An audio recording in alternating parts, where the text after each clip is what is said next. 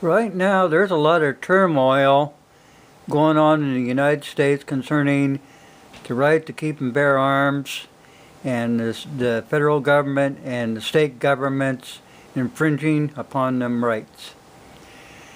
Now, if you looky right here, the U.S. Constitution is the supreme law of the land, and any statute to be valid must be an agreement.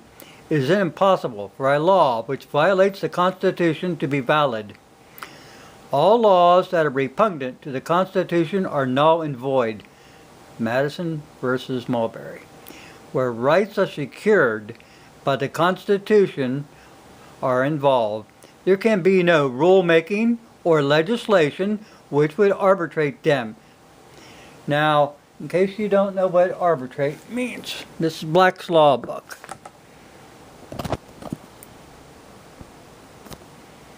Maybe I better get this.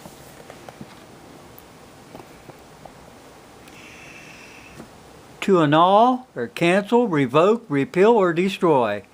To annul or repeal an order or a rule issued by a subordinate authority. To repeal a former law by legislation, act, or by usage. It cannot be destroyed. They cannot just throw it out.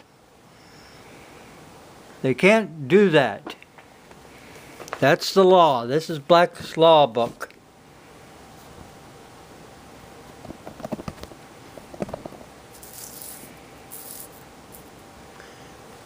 Like I said, the unconstitutional law is not law. It confers no rights. It imposes no duties.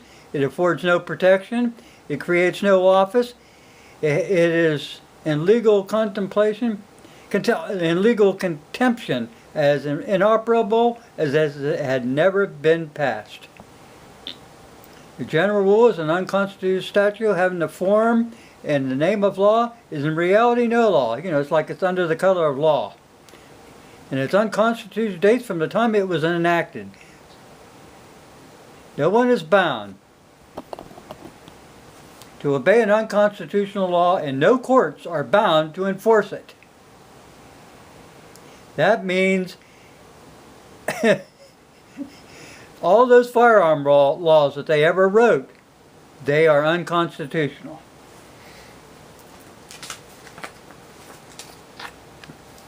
You know, the Second Amendment that they put in there instituted the right of the people to keep and bear arms, and that right should not be infringed. You know, they're saying a well-regulated militia being necessary for the maintenance of a free state. Now, that's a true statement, but the most important part of that Second Amendment is where it says the right of the people. And the Supreme Court has ruled in hundreds of cases that whenever the right of the people, it means the right each of every single citizen to possess that right equally. I've told you people before, after the word infringe, there is no subparagraph A, B, C, D, which would stipulate what an acceptable infringement would be. So all infringement is forbidden.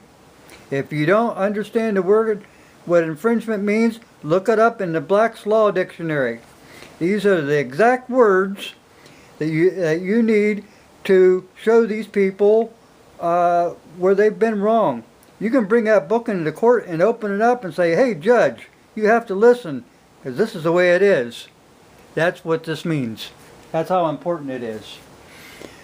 One of the things we've gotten into over the years is how how our Supreme Court judges are interpreting the law. A lot of them, they didn't study the Constitution, just like this guy here was saying.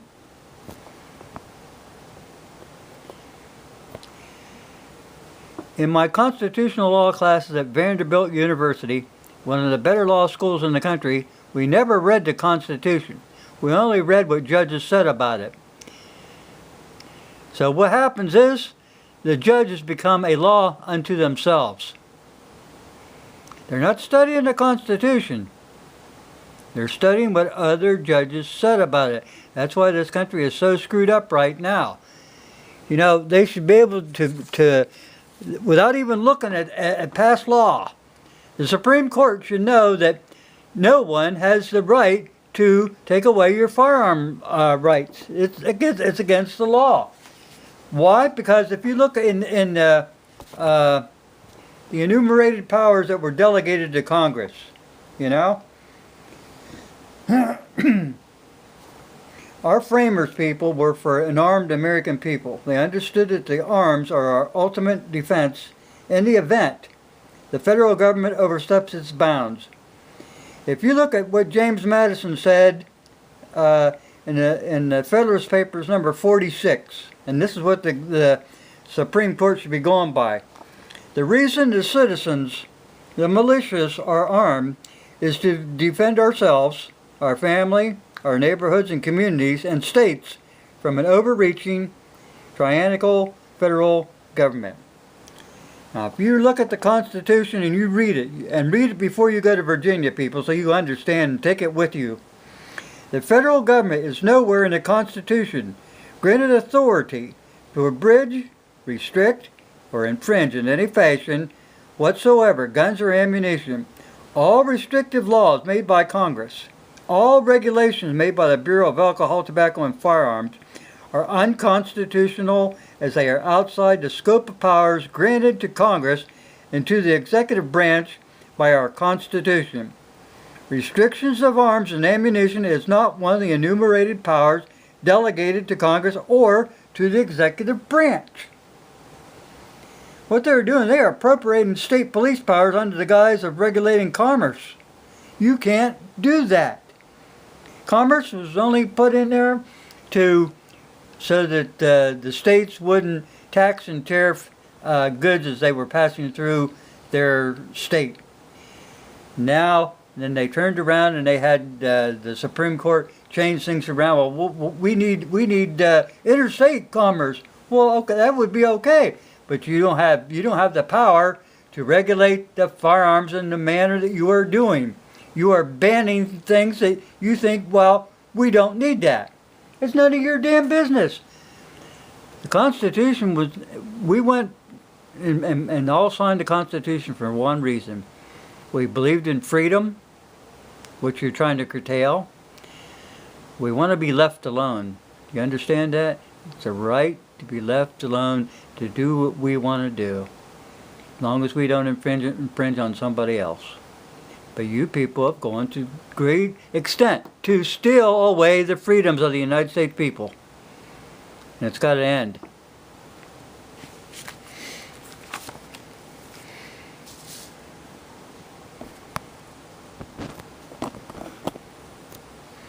U.S. Constitution, Article 6, Clause 2. This Constitution and the laws of the United States, which shall be made in pursuant thereof, and all treaties made or which shall be made under the authority of the United States shall be the supreme law of the land, and the judges in every state are bound by the Constitution. Anything in the Constitution or laws to a state are contrary withstanding. No provision in the Constitution is designed without effect.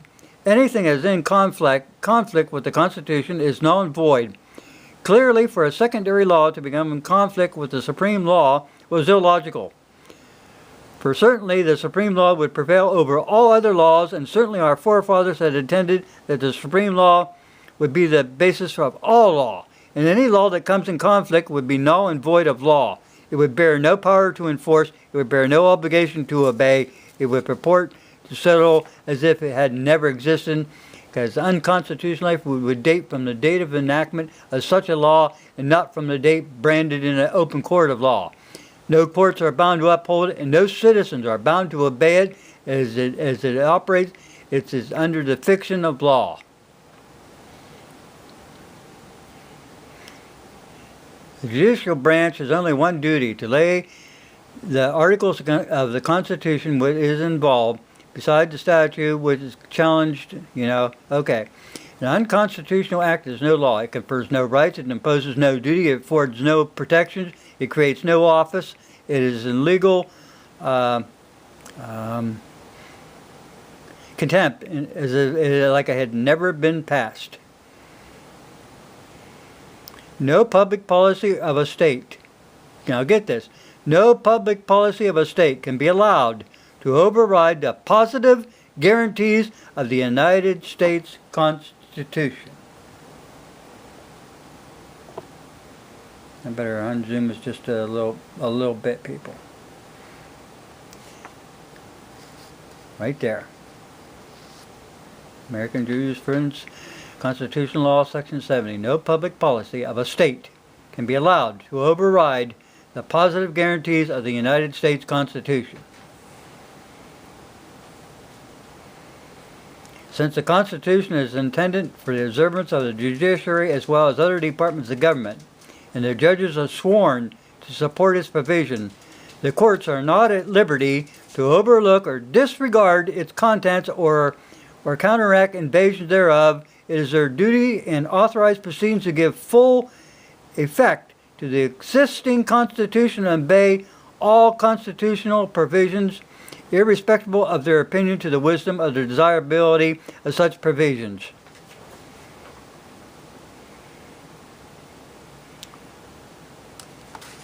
I'm telling you, you've got to know what's going on. Don't get sidetracked. Know the law. If our constitutional Supreme Court doesn't get on the ball and start reading the Federalist and go by that, because that's where the law's at, people. It's in the Federalist Papers. It's all in the Federalist Papers. If you look in here, you'll find out that what the Congress has been doing under their misguided idea of, well, we can do what we want, we don't have to listen to the Constitution. But then, at the same time, they want you to follow their unconstitutional laws. It's time to put Congress in their place, and it's time for the damn Supreme Court of the United States to get involved in this before this country gets into a doggone civil war. Any one of us can look at the Constitution and read it and go, the federal government has no authority nowhere in that Constitution to pass firearm laws. And since the Constitution is the supreme law of the land, all of the states have to follow that. All these laws that they're passing on firearms is against the law. Period. All the stuff going down in Virginia and in California and all these other states, I don't care if they're red flag laws, I don't care what they are, they're unconstitutional. And our Supreme Court needs to stand up and say, hey, whoa, horse, time to slow down, put the brakes on. You're breaking the law here and you can't do that. And they need to do this before people get killed. Thanks for listening.